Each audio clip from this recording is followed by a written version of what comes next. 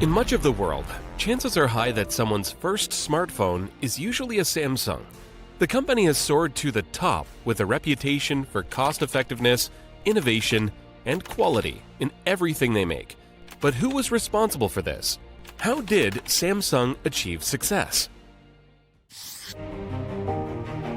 Lee Byung-chul was born the youngest son of 4 siblings to Kwon Jae-lim and Lee Chan-woo. Byung-chul was the son of a prosperous Yangban family that owned land, albeit as a minor branch of the Lee clan. That land was located in Yeoryong County, province of South Gyeongsang. The Yangban in Korean society was comparable to the landed nobility in the Middle East, Europe, China, and Japan, and was usually the privileged ruling class. He was born during a time of great struggle in the then Korean Empire in 1910, as it was the time during which the Empire of Japan was annexing the country as a colony.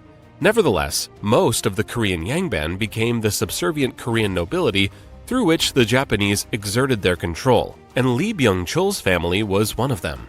Keeping the privilege, he completed his high school education at Seoul's Jungdong High School before moving to Tokyo to pursue his post-secondary education at Waseda University, though he did not finish.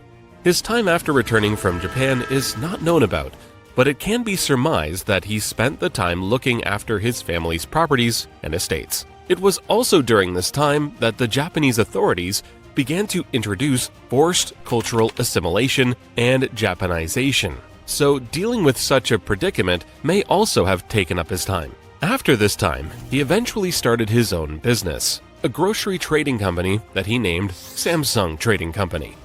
The name Samsung means 3 stars. The name was a reference to the Korean cultural understanding of a constellation about which Korean folklore tells the tale of a well-meaning dragon fighting against an evil one.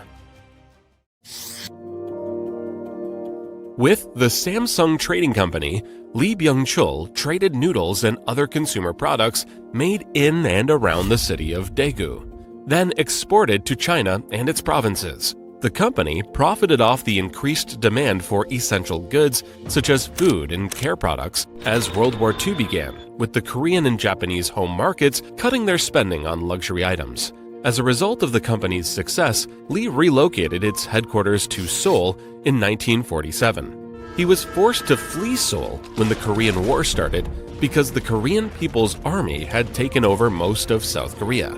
He went to Busan, where he focused on Cheiljedong, the sugar refinery he founded in the city, which was followed in 1954 by Cheilmojik, which he founded and constructed in Chimsendong, Daegu.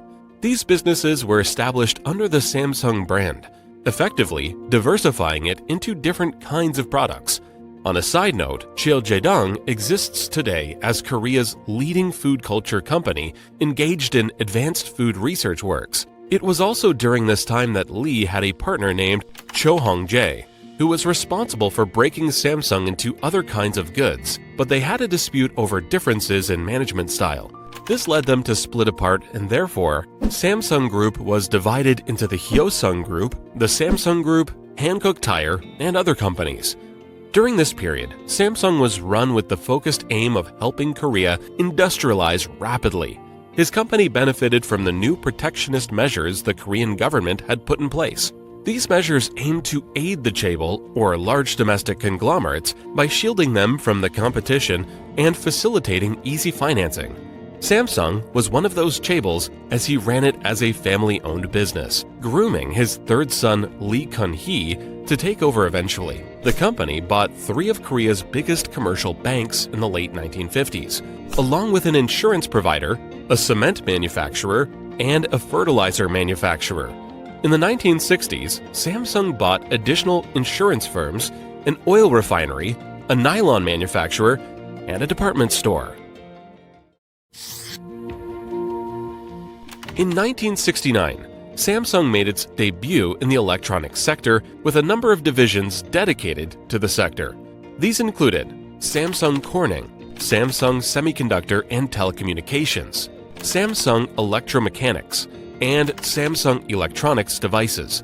A partnership between Samsung and Sanyo also got underway, opening the door for the manufacture of consumer goods like TVs, and microwaves. The first black and white TVs Samsung Sanyo produced were for the Korean market in 1970, and they were a big success because Korean consumers preferred them to Japanese sets. Samsung was able to innovate quickly because it was already a significant manufacturer in Korea and had acquired a 50% stake in Korea Semiconductor. Samsung also made transistor black and white TVs, color TVs, refrigerators, electric desk calculators, and air conditioners over the following 10 years. The company produced 5 million TVs, a significant milestone in 1978. Samsung Heavy Industries was one of the world's biggest shipbuilders by 1974. The business founded Samsung Electronics America and Suwon R&D Center in the later part of the 1970s. By this time, it was clear Lee Byung-chul had made it.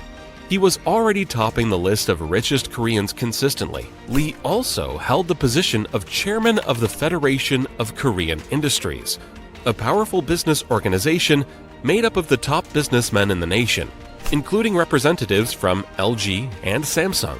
This gave the Chaebols significant influence over the development of the nation's fiscal and monetary policies, the effects of which are still being debated today.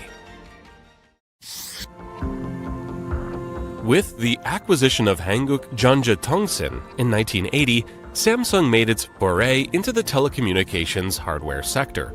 Samsung started out making telephone switchboards, then developed into telephone and fax systems, before switching to the production of mobile phones in 1988.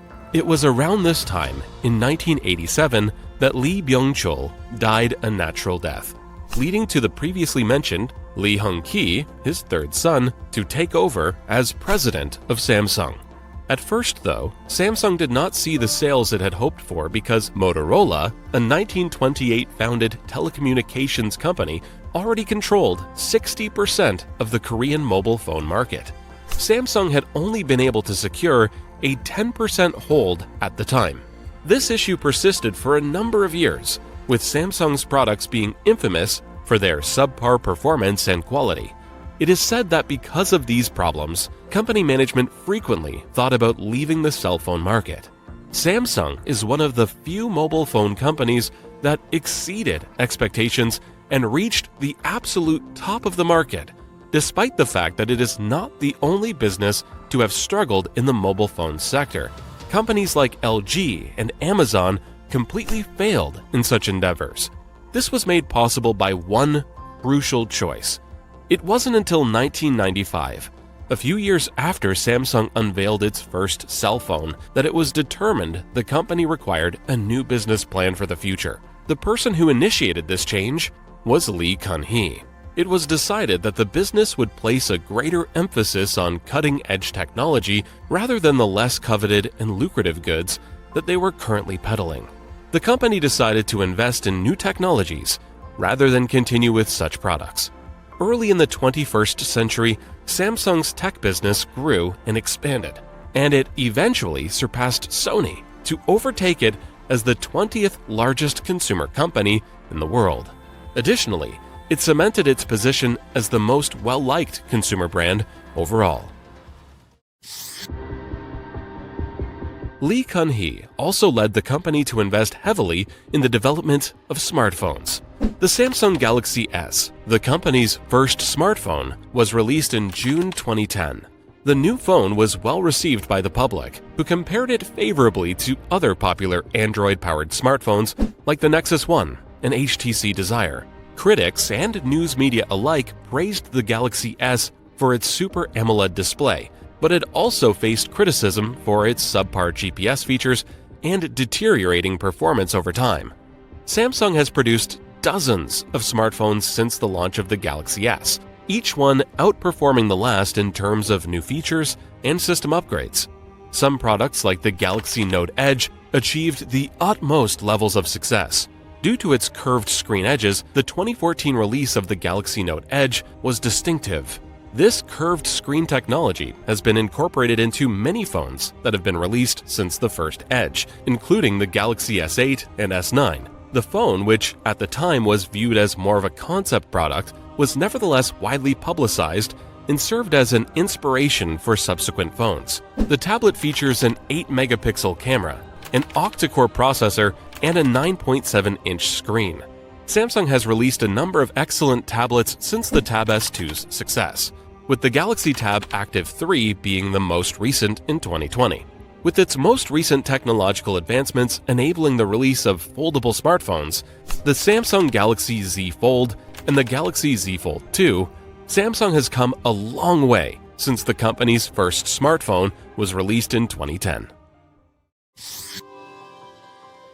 Samsung is currently led by Lee Jae-jung, following his father, Lee Kun-hee's death. In recent times, however, the company has been facing the consequences of a major scandal.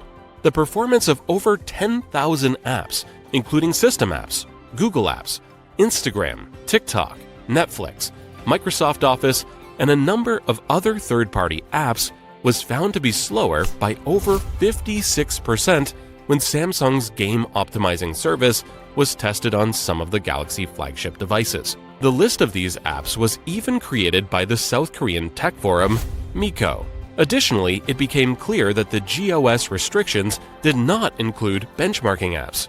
This means that even though apps were slowing down for Galaxy users, their devices were still reporting exaggerated performance numbers for these apps. In fact, due to the problem, the well-known benchmarking website Geekbench resigned from supporting Samsung's most recent flagship smartphones, which include the new Galaxy S22 series flagships. The game optimization service, GOS app throttling scandal, has been officially apologized for by Samsung VC and CEO Jung Hee-han to users of the company's flagship Galaxy devices. Jung Hee assured Samsung customers at the company's annual shareholders meeting that the company would listen to customers more closely to prevent such an issue from happening again. Lee Jae-jung's own succession to leadership was complicated by Korean law not long before this. Seeking to avoid massive, legally mandated succession taxes, he issued a rare apology over contentious succession plans and declared he would not give his children management rights at the family-run conglomerate. It followed Korean prosecutors indicting him for a number of violations and a lengthy court battle too. President of the Republic of Korea, Moon Jae-in, succeeded his ousted predecessor, Park Geun-hye, in 2017, and campaigned on a platform of reforming family-run conglomerates that control the economy. He also pledged that he would not pardon tycoon convictions lightly, as he claimed had been done in the past. The current times are not so good for Samsung. Samsung's current interest in AI is evidence that it has no plans to slow down in its effort to produce cutting-edge technology for the general public.